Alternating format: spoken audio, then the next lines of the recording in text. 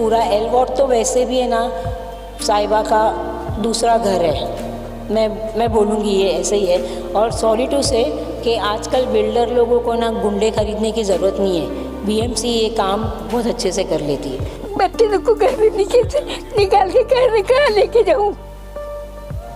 आज 2 महीना हो गया, अक्टूबर 11 से हमारे घर में लाइट नहीं है, पानी नहीं है। मेरी मम्मी 89 ईयर्स ओल्ड की है, वो उसको बीमारी, आज आप देखोगे ना उसके जिस्म पे सब है ना वो पूरा रैशेस हो गए।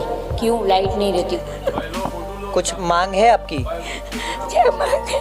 मेरे बच्चे कि घर के अंदर रहना चाहते हैं। मेरे घर मांग मेरी इतनी है कि घर में रहना चाहते हैं हम लोग। मैं भी जिंदगी के आखिरी दिन इतना झूठा आदमी है अब्दुल जो है, वो इतना झूठा आदमी है कि हम लोग ने वैसे भी उससे ना 3-4 बार मीटिंग कर चुके थे। हाँ मैं अभी करता हूँ, हाँ मैं अभी करता हूँ। ये अब्दुल कौन है? साहिबा का इस्माइल पाइक का बेटा अब्दुल पाइक।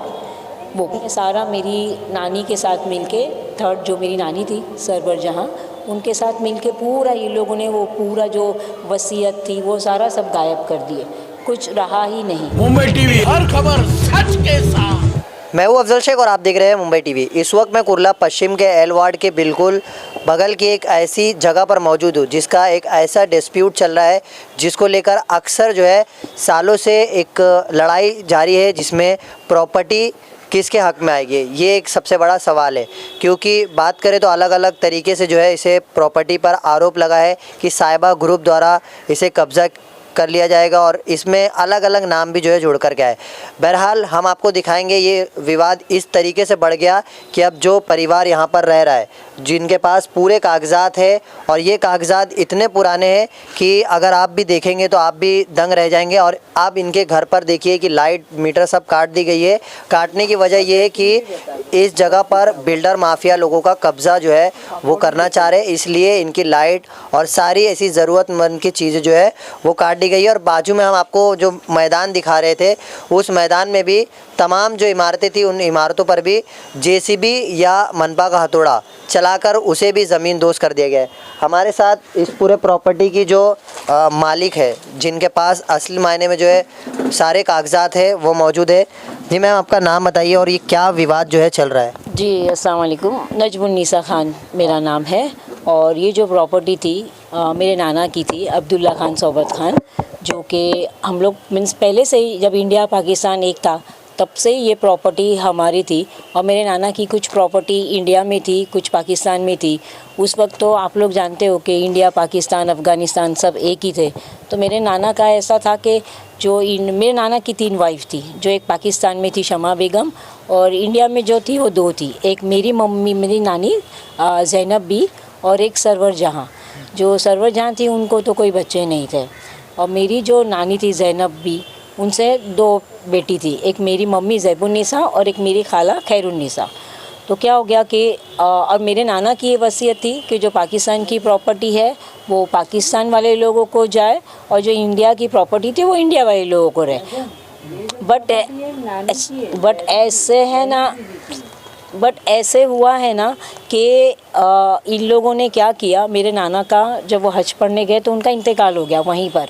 और जो उनके डॉक्यूमेंट थे, जो एक अलमारी थी उसमें जो सारे डॉक्यूमेंट उनके रखे हुए थे, उसमें है ना पूरा मेरी मम्मी का, मेरी खाला का जो भी था, स्कूल का रिकॉर्ड जो भी था, बर्थ सर्टिफिकेट वगैरह, और जो वसीयत थी मेरे नाना की, ये लोग ने सारा मेरी नानी के साथ मिलके, थर्ड जो मेरी नानी थी सरवर जहाँ, उनके साथ मिलके पूरा ये लोगों ने वो पूरा जो वसीयत थी वो सारा सब गायब कर दिए, कुछ रहा ही नहीं। और फिर ये लोगों ने मीन्स पाकिस्तान वाले लोग यहाँ पर आए, उनके साथ मिल के ये पूरा एक अब्दुल वहाब करके एक हम लोग का केयर टेकर था जो मेरे नाना की प्रॉपर्टी संभालता था, तो वो उसका डेथ हो गई। उसके बाद ये जो पावर है उसके बेटे के हाथ में कैसा गया, किसने दिया उसको पावर? और फिर उस वक्त आपकी नानी थे मतलब? नहीं, मेरी नानी का भी इंतकाल हो चुका था, कोई भी नानी नहीं थी मेरी। उन सब मेरे जो भी थे सारे के सारे लोगों का इंतकाल हो चुका था। सिर्फ मेरी मम्मी जो अभी तक माशाल्लाह अल्लाह ताला ने उनको हयाती दी है तो वो ज़िंदा है। और यही सब आपकी था। मम्मी को सब पता था कि इनके नीचे जो है प्रॉपर्टी का इस तरीके का जो है अभी चालू हो गया? नहीं, हम लोगों को कुछ भी पता नहीं था। ये हम लोगों को बाद में पता चला। इतना पता था कि कुछ हिस्सा जो ये जो मेहता बिल्डिंग का हिस्सा है ABC, ये मेरे मामू के अंडर में गया था। बट हम लोगों ने सोचा हाँ ठीक है, वो उनके ही हाथ में है। लेकिन जब उनका इंतकाल हो गया 2006 में, और जब हमको पता चला कि उनका इंतकाल हो चुका है और फिर कोई रहा ही नहीं, तो हम लोग ने ऐसा ट्राई किया था कि ठीक है अभी ये प्रॉपर्टी देखते हैं किसकी उसमें जाएगी। जब पता चला कि साइबा बिल्डर ने ये प्रॉपर्टी ले ली और बल्ले ने उस पर साइन की, तो ये बल्ले और ये हारून ये लोग सब कौन होते हैं? ये लोग तो मेरे ना हमारे ब्लड रिलेशन में भी नहीं थे ना, तो इनको किसने पावर दिया ये सब? पावर ऑफ अटर्नी बनाया कौन? पावर ऑफ अटर्नी ये लोगों ने ही बनाया है। ये लोगों ने ही मिलके मेरे पाकिस्तानी जो आंटी अंकल है वो लोग को इंडिया का दिखा के कि ये लोग इंडिया में रहते हैं, वो लोग का सारा राशन कार्ड वो वगैरह जो भी है वैसे दिखा के कि ये लोग इंडियन सिटीजनशिप है, और ये लोगों ने पावर ऑफ अटर्नी बनाई। और दिलचस्प बात तो ये है कि आप देखोगे कि जब भी मतलब जो जैसे मुलुन सिटी सर्वे में जो नाम मतलब पावर ऑफ अटर्नी पे जो प्रॉपर्टी कार्ड पे जो नाम डालते हैं, तो उसमें आइडेंटिटी कार्ड और इलेक्ट्रिसिटी बिल या राशन कार्ड जो भी है वो अटैच किया जाता है। लेकिन जब अगर हम लोगों ने ये RTI निकाला था उस वक्त जाके 2013 में, ये RTI मैंने निकाला था, ठीक है।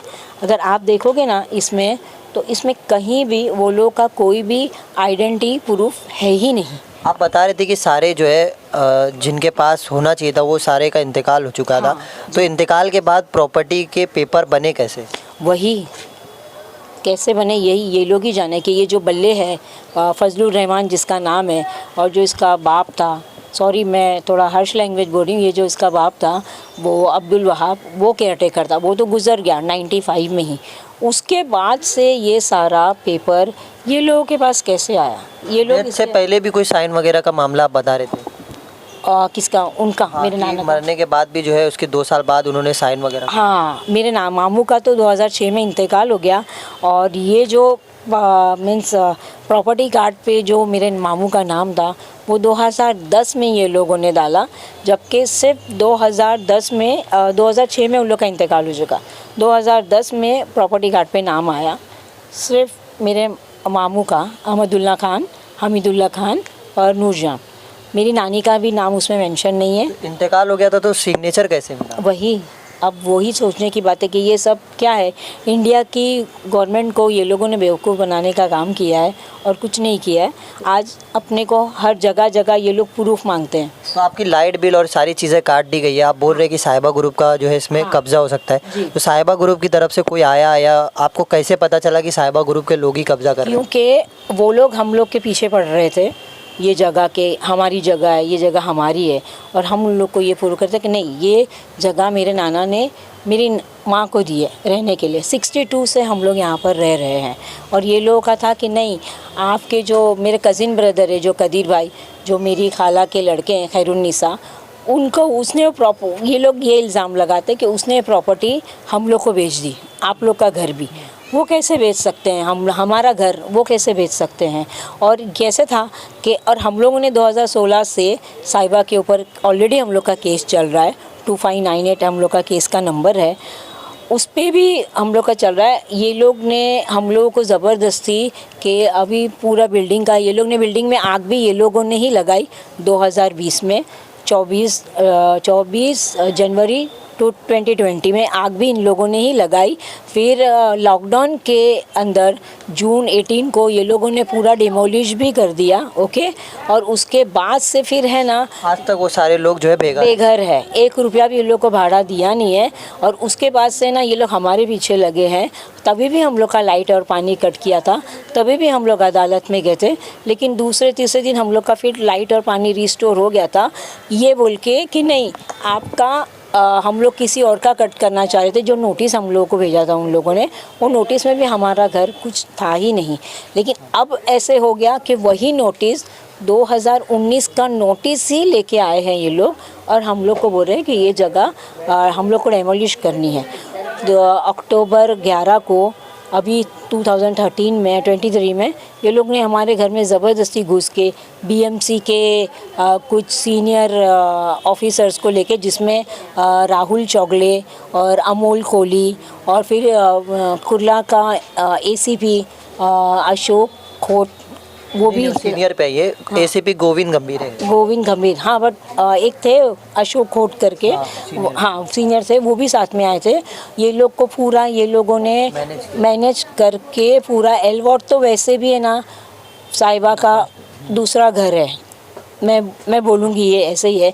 और सॉरी टू से कि आजकल बिल्डर लोगों को ना गुंडे खरीदने की ज़रूरत नहीं है, बीएमसी ये काम बहुत अच्छे से कर लेती है। अच्छा, ये अभी ये तमाम आप कोर्ट में जा रहे हो, कोर्ट का चलो लड़ाई आपका चल रहा है, न्यायालय का भी फैसला ही मालूम पड़ेगा क्या है, लेकिन आपकी मांग क्या है?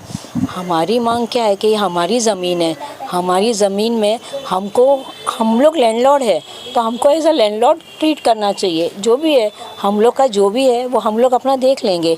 ये लोग हम पे ज़बरदस्ती कर रहे। आज 2 महीना हो गया, अक्टूबर 11 से हमारे घर में लाइट नहीं है, पानी नहीं है। मेरी मम्मी 89 ईयर्स ओल्ड की है, वो उसको बीमारी, आज आप देखोगे ना उसके जिस्म पे सब है ना मुझे पूरे रैशेस हो गए। क्यों? लाइट नहीं रहती, वो मतलब खुजली होती है, खुजा के उसने पूरा सब ज़ख़म कर लिए। अब ये सब हम लोग क्या, हॉस्पिटल में वो एडमिट थी, अडानी के पास जा रहे तो अडानी बोलता है कि नहीं आप पहले बीएमसी से केस जीत के आओ, फिर हम लोग आपकी लाइट रिस्टोर करेंगे। और बीएमसी वाले हैं कि वो बोलते हैं हम लोग ने आपकी लाइट नहीं काटे, तो फिर काटा किसने ना हम लोगों की लाइट।